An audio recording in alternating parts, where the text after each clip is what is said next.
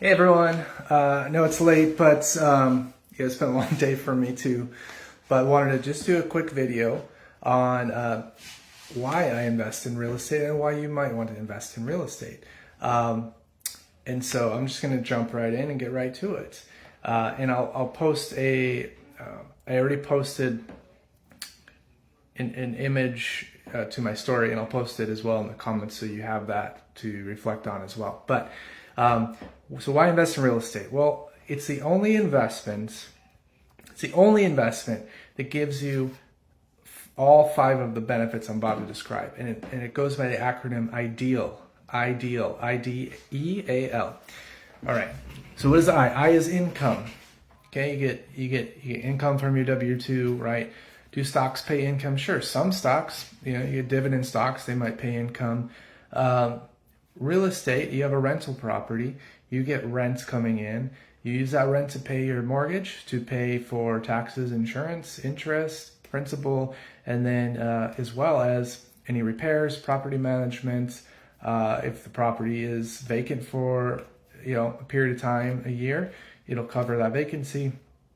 In addition, you have money left over, and that's your income. So you get I for income. Second, D is for depreciation or deductions. Depreciation is the main deduction that you would get with real estate. What does that mean? Well, everybody knows that about appreciation, right? Property values go up. That's appreciation. Depreciation is a tax benefit. The IRS basically comes out and says, okay, if you own property and you choose not to touch it, not to maintain it at all, you just let it sit there over 27 and a half years, that property, if it's a residential property, is going to be worth nothing. All that's going to be left of value is the land after 27 and a half years. So they let you take the property value, divide it by 27 and a half, and deduct that every year in your taxes.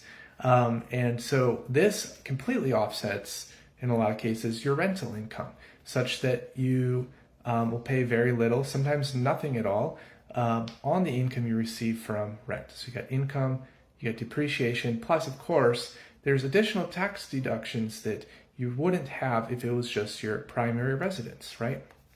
For example, if it's for my house that I own, that I live in, it's my primary residence, I can't deduct my insurance, right? I can't do that. But if it's in a business, you can. It's a business expense. The E for ideal is equity. Equity. So this means one thing, but there's a lot of ways you can get it with real estate. And so what equity is that's the actual amount, the dollar amount of the property that you actually own. If you sell the property, if you sell the property, that's what you get is the amount that you own, the equity.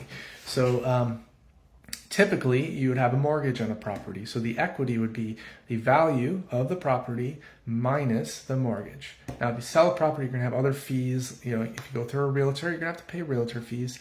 So, you might get a little bit less than that, but that's what we mean when we say equity. Why is this a benefit? Because you have tenants that are paying your mortgage.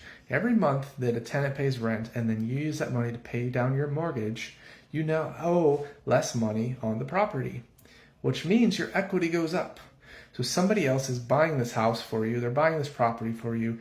Somebody else is doing that. You're not buying it yourself. A tenant is buying it for you, and you're building equity. Another way to build equity is you've probably heard of a fix and flip. You might have heard of the BRRRR method, where you buy and rehab a property and then rent it out. When you do that, if you do it correctly, you buy a property for a low price, relatively low price. You fix it up for a certain amount of money.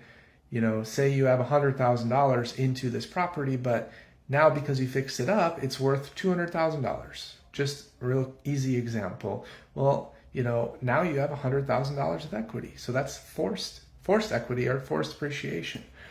So tied to that is the A in ideal, and that's appreciation. Again, you have forced appreciation where you can do something to increase the value with commercial properties, for example, those properties are valued based on the income they produce. And so if you increase the income, or you increase your rent, or you decrease the expenses, you are increasing the value of that property and you're increasing your income. So you're getting two benefits. What's the benefit of that? Well, one, if you sell it, you get more money, right? And two, if it appreciates, you're building equity. The more equity you have, the more money you can borrow against it, and you can go buy other properties. And so that leads to the last benefit of real estate investing, which is leverage. Leverage.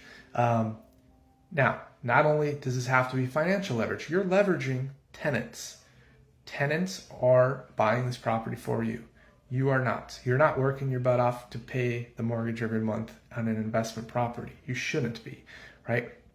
You have tenants that are working their butts off to pay their most important bill of the month, which is rent, so that you can build equity, and so you're leveraging your tenants.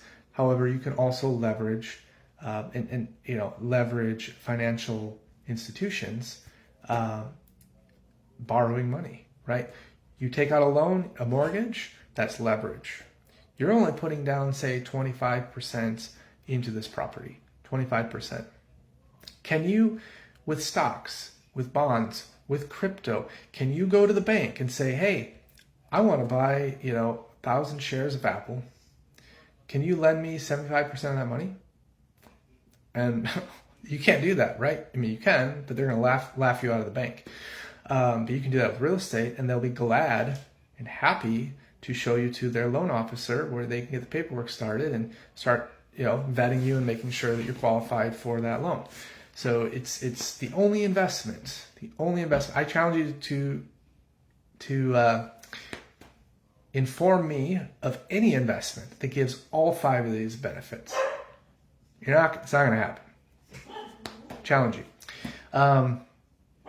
So that's it for today. I'm going to start doing a post a week, either Wednesdays or Thursdays, but it's going to be more focused on building wealth and with real estate as well. So you'll see some more of these. This is the first one because it's a no-brainer to me. It's you might have heard of the 4 quadrants of real estate. That's 4 of these 5 benefits. The 5th is leverage, which is just tremendous. So post any questions you have in the comments. Give me a thumbs up if you like the content. If you have any suggestions of what you want me to cover on the next one or moving forward, let me know. I'm all ears, and we'll see you next time.